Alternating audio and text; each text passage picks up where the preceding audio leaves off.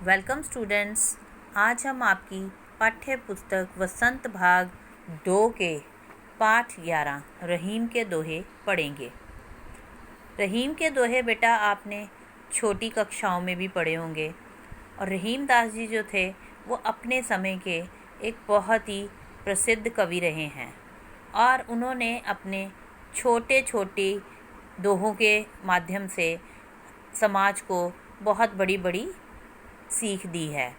अब इसमें भी इस रहीम के इन 5 दोहों में भी उन्होंने हमारे समाज को बहुत सारी बातें बताई हैं और उनको बहुत सारी सीख दी है। इसमें देखिए सबसे पहला दोहा क्या है आपका, कही रहीम संपत्ति सगे बनत बहुत बहुरीत।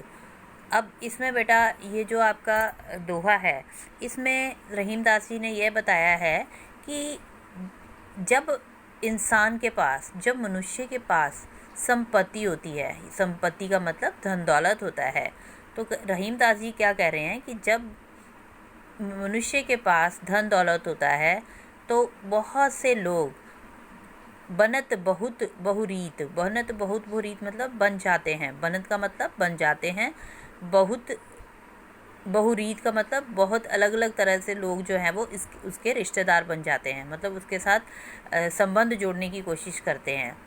विपत्ति कसौटी जे कसे, लेकिन रहीम दास जी कहते हैं कि विपत्ति के समय वही खरा उतरता है जो कि उसको उस समय उसका साथ देता है, मतलब जो विपत्ति के समय उसका साथ देता है वही जो है मनुष्य जो है वो कसौटी पे खरा उतरता है। बेटा जैसे जो सोना होता है, सोने को की परख कैसे की जाती है? कसौटी एक पत्थर होता है जिसके ऊपर सोने को घिसा जाता है और उसकी परख की जाती है कि सोना असली है या नकली। तो ये रहीमदास जी यहाँ पे ये बता रहे हैं कि जब मनुष्य की ऊपर विपत्ति आती है, जब उसके ऊपर मुसीबत आती है, तो मुसीबत को उन्होंने कसौटी के रूप में यहाँ बताया है कि जो मुसीबत के समय जो मनुष्य जो है उसका साथ निभाते हैं, खरे उतरते हैं, वही जो हैं वो उसके सच्चे मित्र होते हैं। तैं साचे मीत का मतलब वही, तैं का मतलब कि वही उसके सच्चे मित्र कहलाते हैं। अब दूसरा दोहा आपका क्या है? दूसरे दोहे में उन्होंने जल और मछली के आपसी प्रेम के बारे में वर्णन किया है। जल और मछली का तो आपको पता ही है कि जो मछली होती है वो जल के बिना जीवित नहीं रह सकती, जल ही उसका जीवन होता है, ठीक है। और यहाँ पे देखिए दोहे में क्या कहा गया है, जाल परे जल जात बही तज मीनन को मोह रहीमन मछली नीर को तऊ न छाड़त छोहो।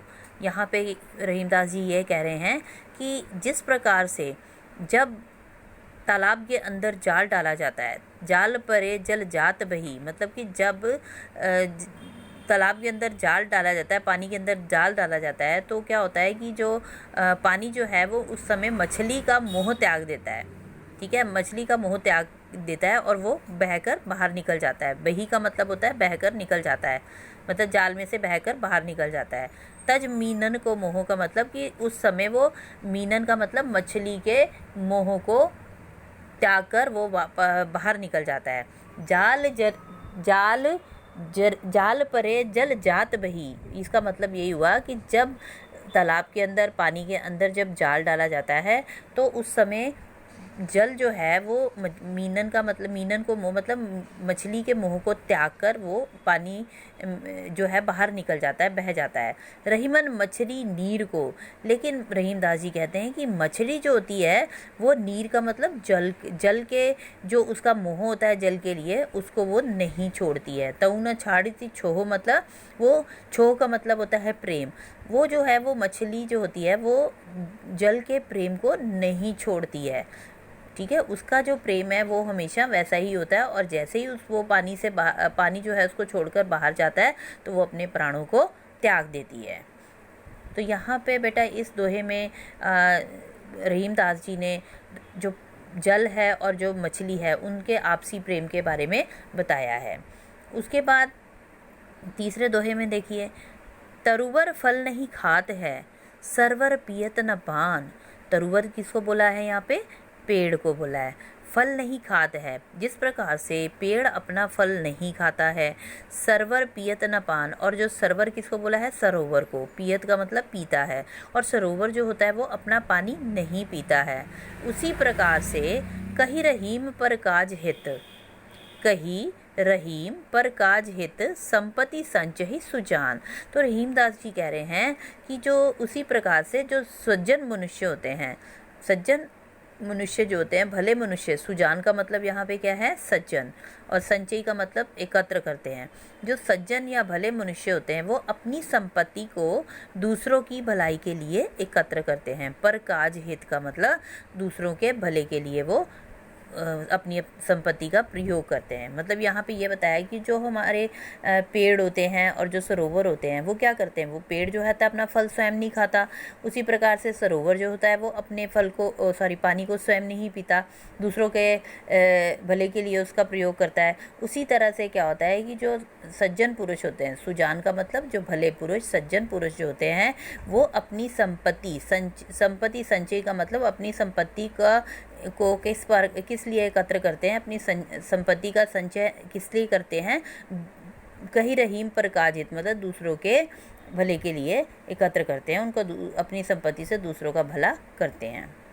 उसके बाद देखिए बेटा, चौथा वाला आपका दोहा है, थोथे बादर क्वार के ज्यू रहीम गहरात।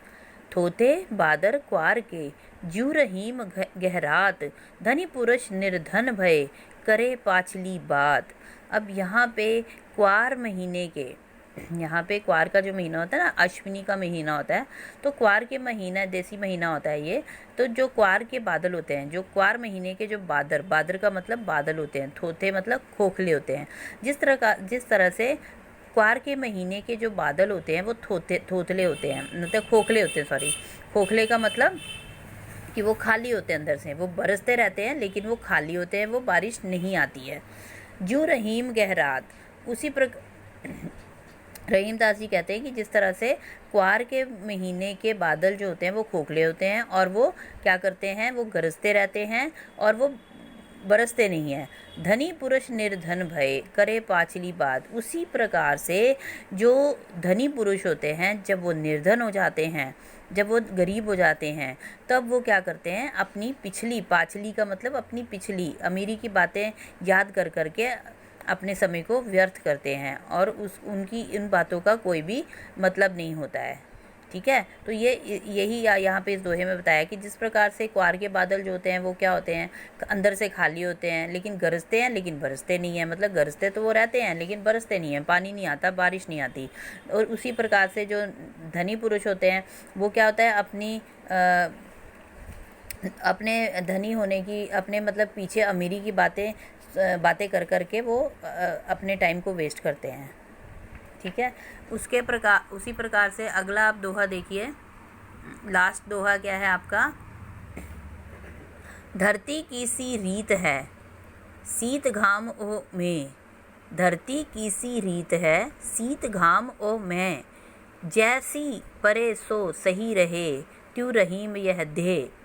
अब इसमें यहाँ पे धरती के गुणों के बारे में बताया है कि हम मनुष्य को जो है वो धरती के समान सहनशील बनना चाहिए। कैसे बनना चाहिए?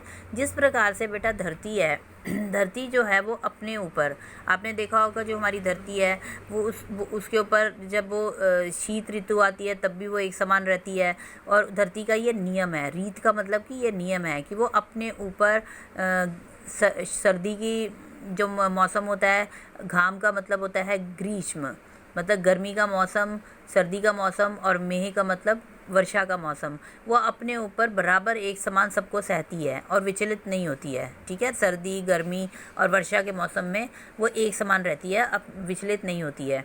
जैसी परे सो सही रहे त्यों रहीम यह दे, हमें भी उसी प्रकार से धरती के समान ही सहनशील हमारे मतलब इसमें रहीमदास जी ने मनुष्य को सीख दी है कि हमारी जो मनुष्य देह है वो भी उसी प्रकार हमें बनानी चाहिए और हमें दुख और सुख में एक बराबर रहना चाहिए। हमें दुख के समय हमें विचलित नहीं होना चाहिए।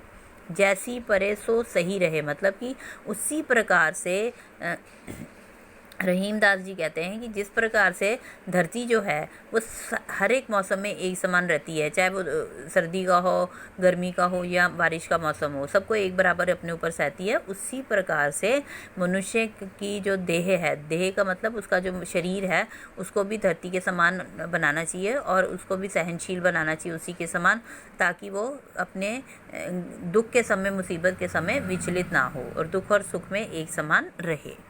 तो ये देखा आपने बेटा, रहीम दास जी ने अपने दो दो पंक्तियों के दोहों में ही मनुष्य को बहुत सारी सीख दी है इन पंक्तियों के माध्यम से। तो आशा करती हूँ बेटा ये आपको अब अच्छे से समझ आ गए होंगे। अब इसके जो शब्दार्थ हैं वो मैं आपको, वैसे देखो बेटा ये मेरी बुक में जो था, मेरे पास जो बुक थी उसके अंदर ये सारे लिखे भी हुए थे, तो आप ये सारे जब आप इनको पढ़ोगे, याद करोगे, तो आप इनको सबको अच्छे से देख लेना किसका मीनिंग क्या है। लेकिन आपको जो जितने कॉपी में करने हैं वो मैं आपको लिख के क्लिक करके भेज दूँगी। धन्यवाद।